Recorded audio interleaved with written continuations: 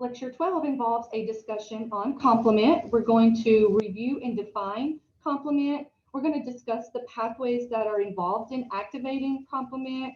We're going to think about the action of complement on our red blood cells, and then also how complement affects our testing within the blood bank laboratory. If you guys remember, the complement system is made up of a large number of distinct plasma proteins that react with one another to opsonize pathogens and induce a series of inflammatory responses that help fight infection. A number of these complement proteins are proteases. They are themselves activated by proteolytic cleavage.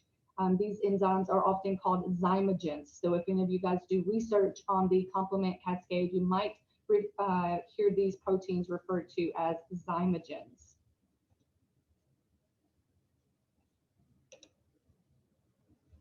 Right, so the ultimate goal of complement is to be able to lyse antibody-coated cells or bacteria that is foreign in the patient's body. This will result in ultimately cell lysis.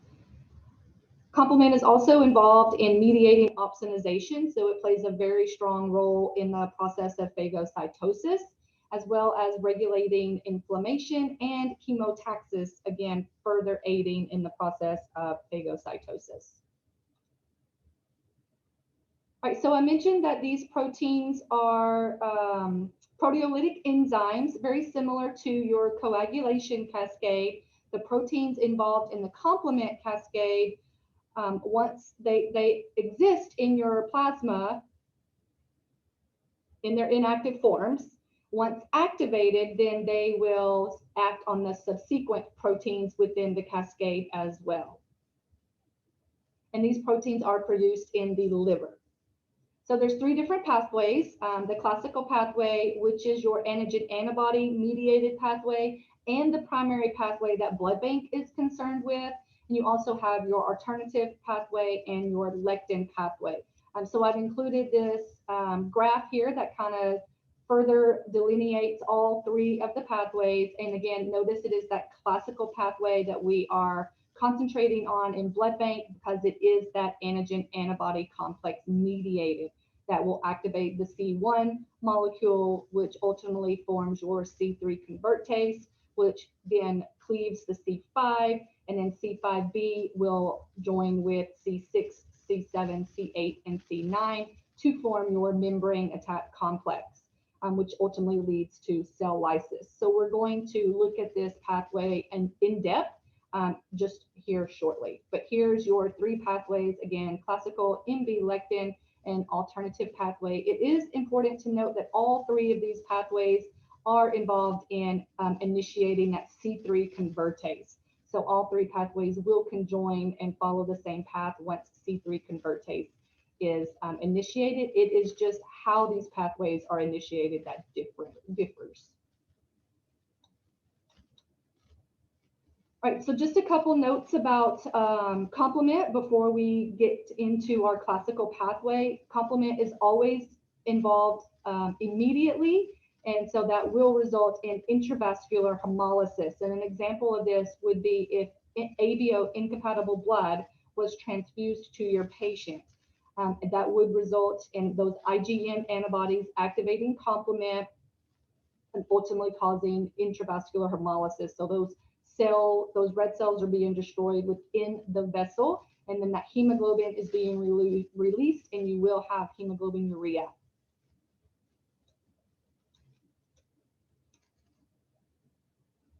Couple other characteristics of complement. Complement is heat labile and unstable, and what that means is complement will be inactivated upon a temperature of 56 degrees Celsius. So if you think back to hematology, we actually talked about a condition where patient cells are susceptible to lysis by complement, and it's called paroxysmal nocturnal hemoglobinuria. If you remember, this condition, your patient cells lack the CD55 and the CD59 cell markers, and that's why those cells are susceptible to lysis by complement. And we're going to talk about CD55 and CD59 and how they are involved in inhibiting complement in a future slide. So if you think back to paroxysmal nocturnal hemoglobinuria, we did have a test. It was a screening test. It was the HAMS test. One of the steps in that test did involve a 56-degree incubation. And because complement is inactivated at 56-degree incubation, we would not see any lysis by complement, because complement would not be there to cause the lysis in the patient test tube. So this is a really good board of certification question. So make sure you guys are aware that complement is inactivated at 56 degrees Celsius.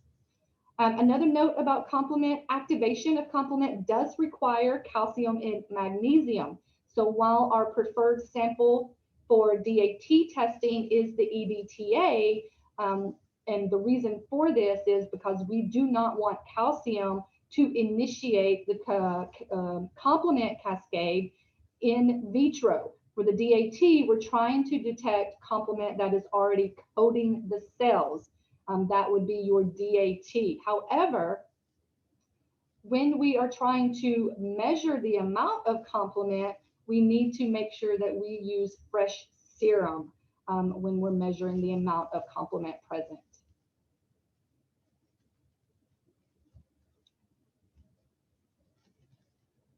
So some consequences of complement activation. Once complement is activated, it can lead to red cell lysis. And that red cell lysis will result in red cell fragmentation, which could cause damage to the kidney, cause your patient to go in DIC. And then it will cause that damage to the kidney, and that could ultimately be fatal to your patient. Again, the most common instance of complement being activated is when a wrong ABO is transfused.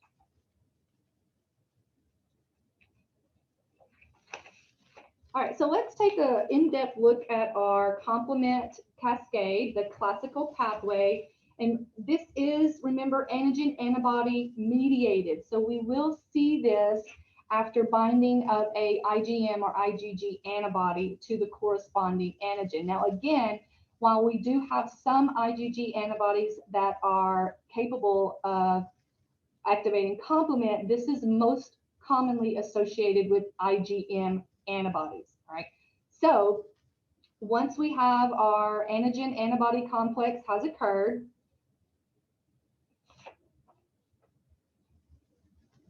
it is going to be, and complement is activated. It's actually going to be the C1q that is activated, and it will bind to the Fc region of the antibody. That C1 molecule is then going to cleave C4 and C2. And then once these molecules are cleaved, it does form an A and a B fragment.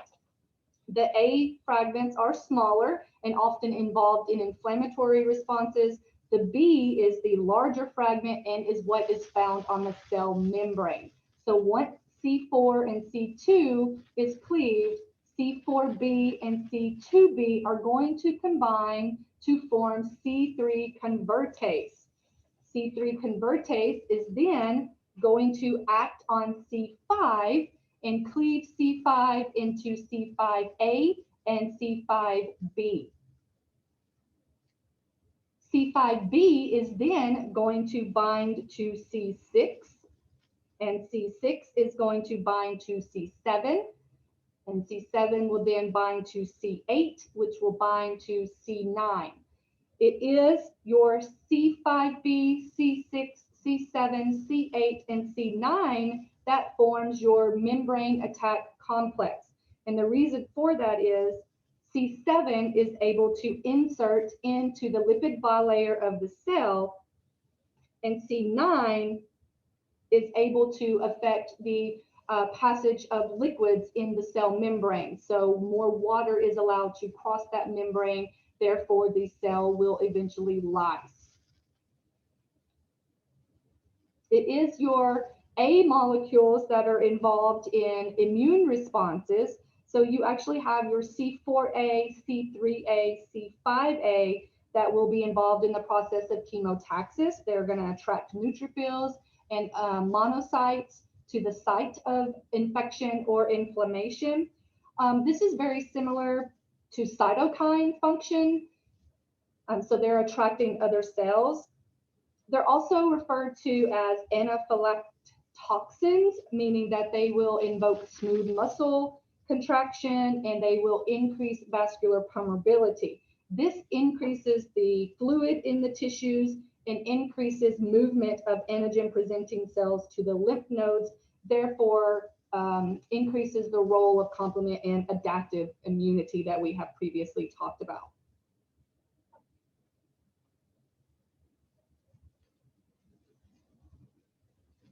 Just a note here, notice in the diagram on the right, it is C3b that is on the cell membrane, and also C3b can be further degraded into C3d. So when we do our blood bank testing and we try to detect complement, we can actually detect C3b and C3d. So some of you guys that are already working in blood bank, you might have seen your complement antisera labeled as anti-C3b, C3d, and that is the reason why.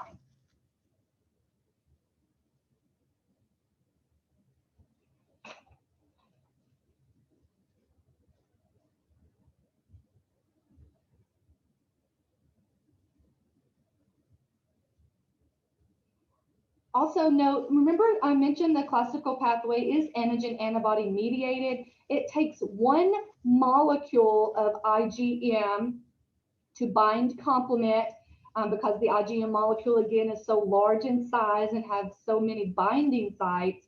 However, it takes two molecules of IgG to bind complement. And this is the reason IgM is much more efficient at initiating complement.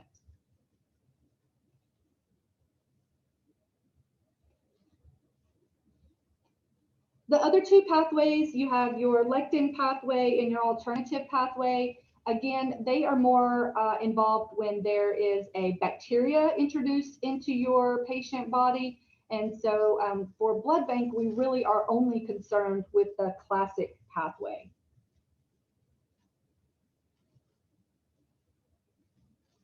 All right, so sometimes when the complement activation is initiated, there are inhibiting factors that are also present in patient plasma that can stop this coagulation process. And so I included this chart here just to let you guys know of all of the inhibitor processes. And so just like our coagulation cascade, once the coagulation, hi Ellis.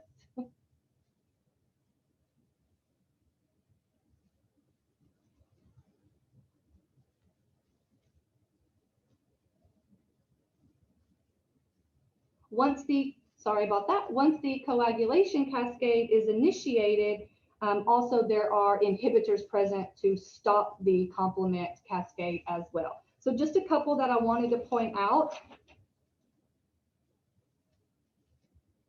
Your C1 inhibitor, which is the first one listed on this chart here, binds to the active enzyme CLR/CLS complex. It will dissociate it from the CLQ, which remains bound to your pathogen or the cell. So it really limits the time during which C1s is able to cleave the C4 and C2 molecules. So it is involved in prohibiting the function of C1.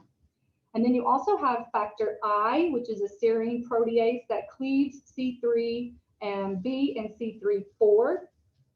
Therefore, it inactivates C3b, therefore stopping your complement process. And then also you have an inhibitor, factor H. Factor H acts on cell-bound C3b to convert it to inactivated C3b and C3d. So this is where that degradation product C3d comes from our factor H inhibitor. All right, and notice also on this list, you do have your decay accelerating factor. Some of you guys might recognize that from CD55, recognize that from hematology. It accelerates the decay of C3 convertase. So it actually dissociates that C3b molecule, therefore aiding in stopping the activation of complement.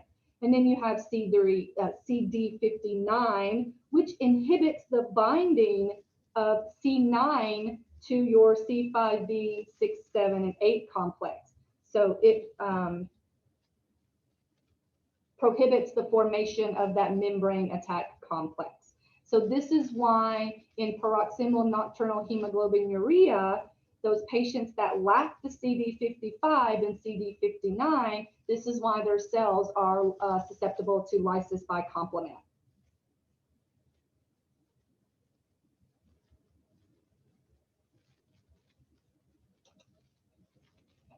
I also included this schematic just to show you the complement cascade and how your inhibitors act in this cascade as well. Notice that we do have the C1 inhibitor preventing the C1 cascade from acting on your C4 and C2. And then we also have our CD59 down here. And then here's our inhibitor F and inhibitor I.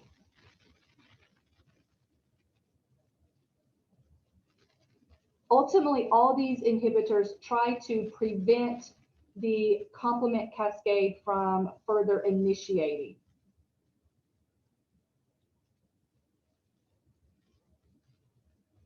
All right, when we are detecting complement in vivo, so when we're doing our DAT testing, as we have discussed before, the first step in that DAT testing is with polyspecific AHG.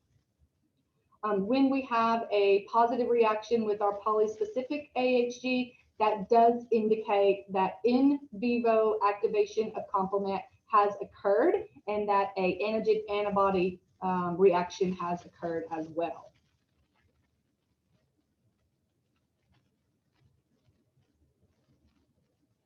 So let's think about the complement-coated cells in your patient's circulation. Why are these cells that now have C3D on their cell membrane, why are they not removed by phagocytes? And that's because these complement-coated cells sometimes do not complete the whole complement cascade. So they'll have C3b. So two options can occur. Either an inhibitor has activated and now C3d is on those molecules, or your macrophages actually have the capability to convert that C3b to C3d. The reason that C3d is so important is because your phagocytes in your reticuloendothelium system do not have a receptor for that C3d. So C3d coated cells actually escape the spleen. So that's why it is common that C3d coated cells have a normal lifespan within your patient versus if complement has fully completed the whole cascade, then those cells will undergo cell lysis. And then also if you have an IgM and complement coated cell that has not undergone intravascular hemolysis, then your spleen will be involved in taking those out as well.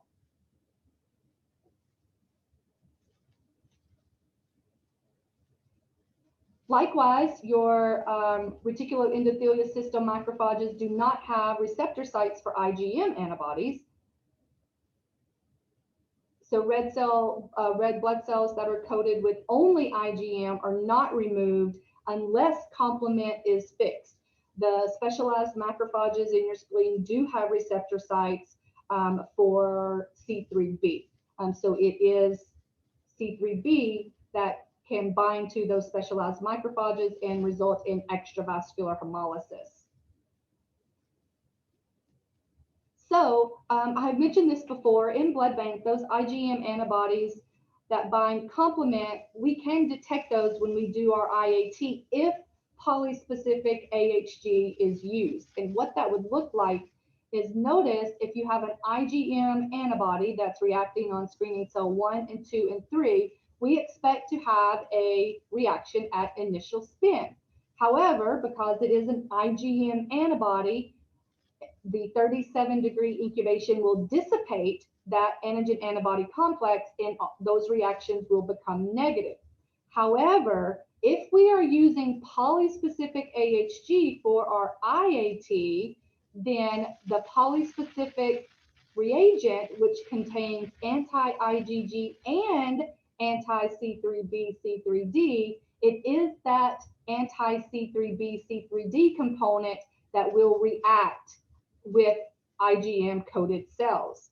So that is why we do not routinely use polyspecific AHG in our IAT testing. So in this chart here, I've included the variation in reactions if you were to use polyspecific AHG versus monospecific IgG. Notice when we use only monospecific IgG, we get our negative reactions. And this is the reason why these IgM antibodies are sometimes considered as a nuisance in blood bank, and they're not really considered clinically significant. So this is why in our IAT, we do not want to use polyspecific AHG.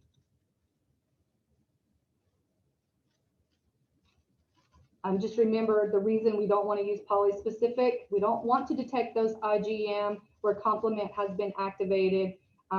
Those are not routinely considered clinically significant, except of course our ABO, but we'll detect those in our reverse typing, except when you have an IgM antibody that is reacting at 37 degrees.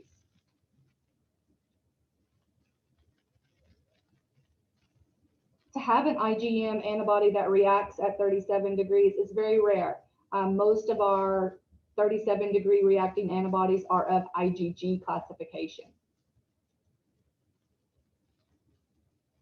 All right, so let's talk about the fate of red cells during immune reactions. How does our spleen respond to these cells? So if you have red cells in your patient circulation that are coated with an IgM antibody that is not fixing complement, these cells will have a normal survival. Remember, because your macrophages do not have IgM receptor sites.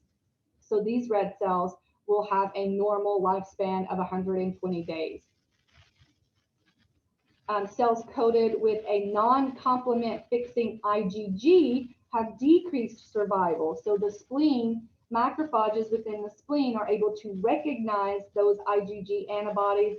They have receptor sites on those macrophages, and so extravascular hemolysis can occur, or even pitting. It might be where the macrophage just removes that antibody from the cell, which could alter our cell shapes and result in spherocytes.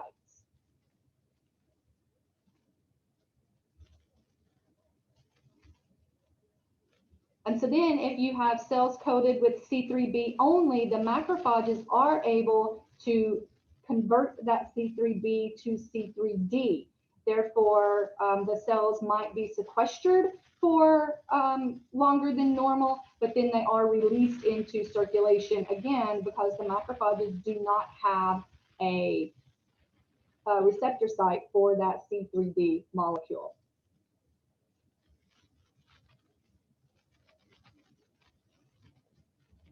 And C3d is a byproduct of C3b, so it is not efficient in activating complement. So that complement cascade can go no further, and those cells will actually live a normal lifespan. If you have a cell that is coated with IgG and complement, the rate of destruction is greatly accelerated. So this will result in extravascular hemolysis. And then again, if you have that IgM antibody that is able to fix complement, of course, that will result in immediate hemolysis cell lysis, which would cause kidney and liver damage for your patient.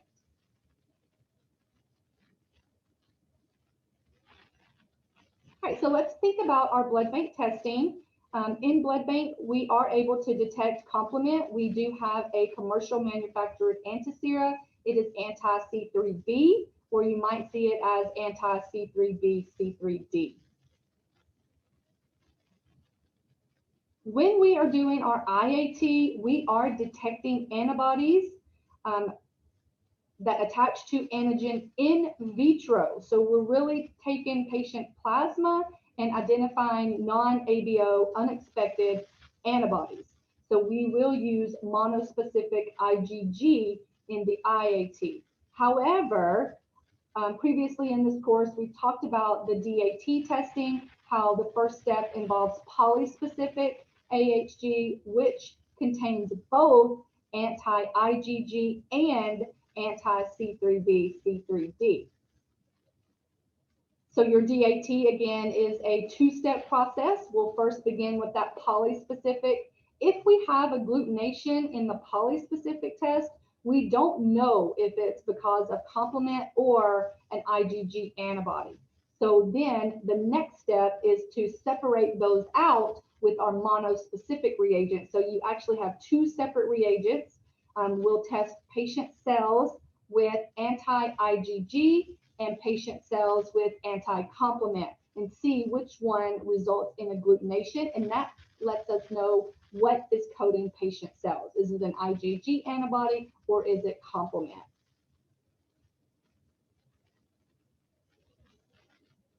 And again, in your IAT, we're using patient serum or plasma. We're looking for those clinically significant IgG antibodies in the IAT. In the DAT, we'll use EDTA, so we want that anticoagulated. Again, we want that calcium to be chelated, so we're not initiating in vitro activation of your complement cascade. And then the DAT test detects only complement or IgG that is bound to red cells in vivo.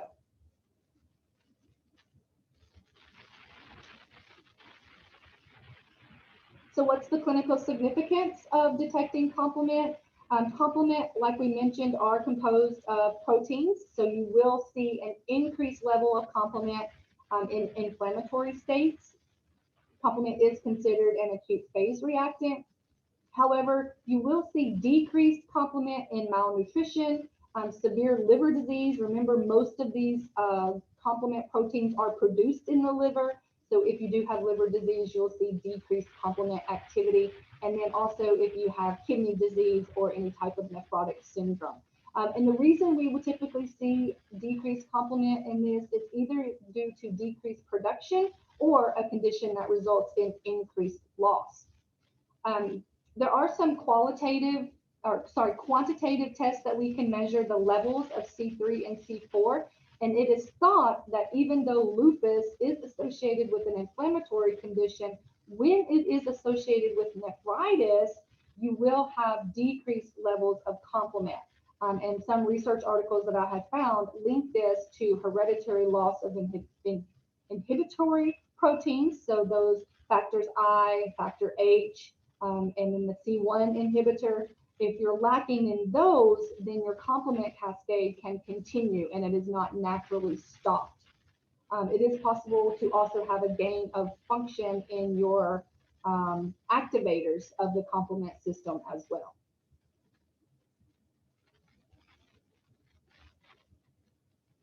We talked about some tests that require complement to be inactivated. Remember, complement is inactivated at 56 degrees. Usually your incubation time for that is 30 minutes. And we mentioned an example of that as the HANS test used to identify paroxysmal nocturnal hemoglobinuria. Storage is very important. It is thought that complement remains stable when stored at room temperature for no more than 4 hours.